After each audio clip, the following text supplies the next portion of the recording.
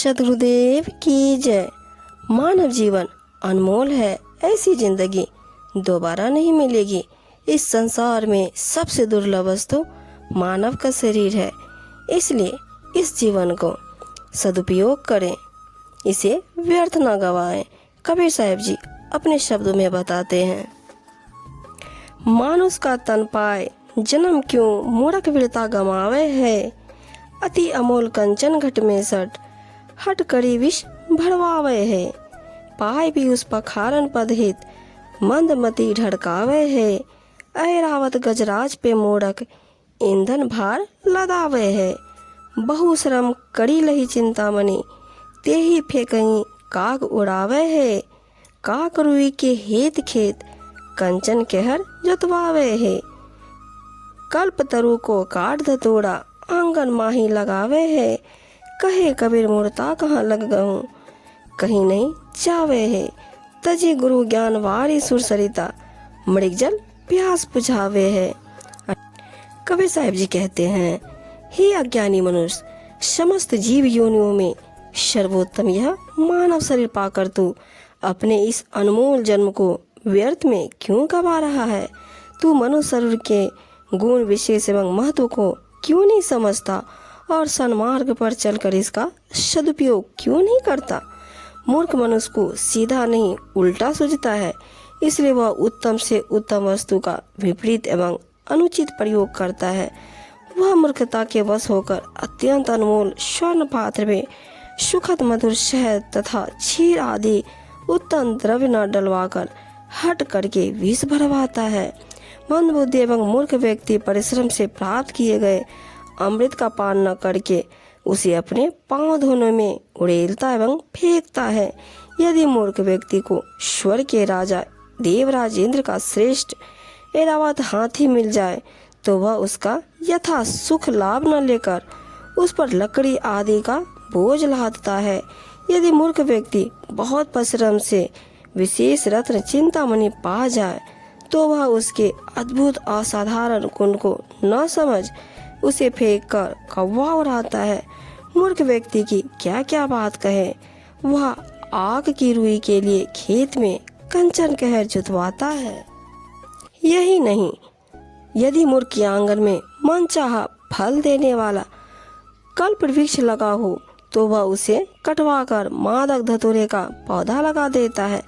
इसी प्रकार मूर्ख व्यक्ति बहुत से उल्टे तथा अनुचित कार्य करता है। वह चेतता नहीं है और अपने हित का कार्य नहीं करता। सतगुरु कबीर साहब जी कहते हैं, मूर्ख की जड़ता और अज्ञानता कहाँ तक कहें, कहीं नहीं जाती। वह अंतहीन है। वह कल्याण साधना करने वाले अपने मनुष्य शरीर को कुमार्ग पर डालकर उसका दुरुपयोग एवं पतन करता है। ऐसा मूर्ख व्यक्ति देव नदी गंगा के पावन जल से भी बढ़कर सद्गुरु के कल्याणमय ज्ञान जल को छोड़कर मिथ्या मृग जल से अपनी प्यास बुझाता है। वस्तु के यथार्थ गुण महत्व को न जानकर उसका दुरुपयोग करने वाला मूर्ख मनुष्य सदा दुख पाता है। ध्यान दे कि मनुष्य के लिए संसार और स्वर्ग पाताल तक की सभी मूल्यवान वस्तुओं से बढ़कर अनमोल एवं सर्वोपरि उसका मनुष्य शरीर है।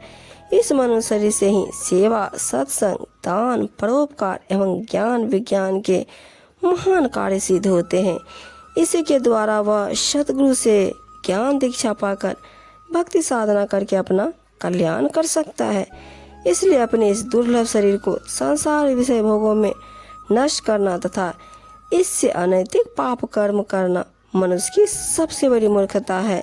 इस प्रकार अपने इस शरीर को व्यर्थ में गवाकर मनुष्य सदैव उद्दग्नि एवं अशांत रहता है।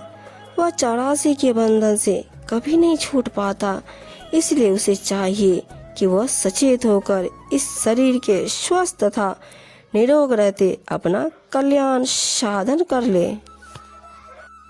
संसार का ऐसा क्या सा समाज देखकर अभिमान में उन्मुक्त हो गए हो और ध्यान भजन छोड़कर माया मोह में लिप्त हो गए हो।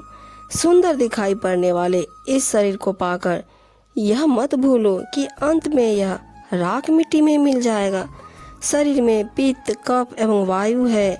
जिनसे यह संचारित है और इसमें मल मूत्र भरे पड़े हैं। इसी मैले गंदगी का आवरण देखकर अज्ञानी मनुष्य यूं ही अभिमान करता है। यह अच्छी प्रकार समझ लो तथा सदैव स्मरण रखो कि राजा महाराजा राजपाट छोड़कर इस संसार से चले जाएंगे और खेती मजदूरी करते हुए किसान मजदूर भी चले जाएंगे। यहाँ तक कि योगी, त्यागी, पतिव्रता स्त्री तथा सन्यासी आदि सभी काल के वश में होकर उसका ग्रास बन जाएंगे। माता पिता, पुत्र, सगा भाई तथा समस्त बंधुजन ये सब अपने अपने स्वार्थ के लिए साथ लगे हैं। इनसे कल्याण नहीं होगा, उल्टे इनके मोह बंधन से कल्याणकारी की हानि ही होगी तथा दुख उपजेगा। अंत समय में जब प्राणनाथ आत्मा शरीर को छोड़कर प्रस्थान करते हैं तब कोई परिजन काम नहीं आता। उस स्थिति में किसी का भी साथ होना संभव नहीं है। मन इंद्रियों को संयमित करके अंतर्यात्मी परमात्मा राम के ध्यान में स्थित होना भजन कहलाता है। इसी भजन के बल प्रभाव से शाश्वत अमर पद प्राप्त होता है और उससे शोक, मोह एवं चिंता नहीं व्यापते। सतगुरु कबीर साहब जी कहते हैं, संसार एवं तन मन के दुखों से मुक्त सर्वोच्च अविनाशी अमर पद की प्राप्ति के लिए पूर्ण समर्पित भाव से सतगुरु के चरणों में ध्यान लगाए रखो।